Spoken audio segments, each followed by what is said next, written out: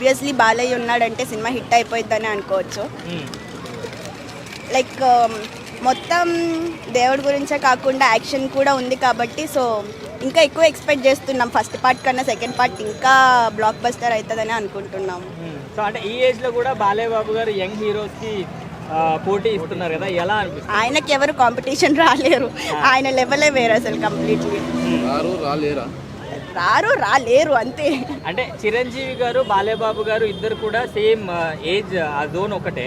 కానీ చిరంజీవి గారు ఎందుకో స్క్రిప్ట్ సెలెక్షన్ చేసుకోవడంలో వెనకబడ్డారు అంటున్నారు జనాలు. మీరు కొటేషన్స్ ఎఫెక్ట్ చెప్పారు కదా.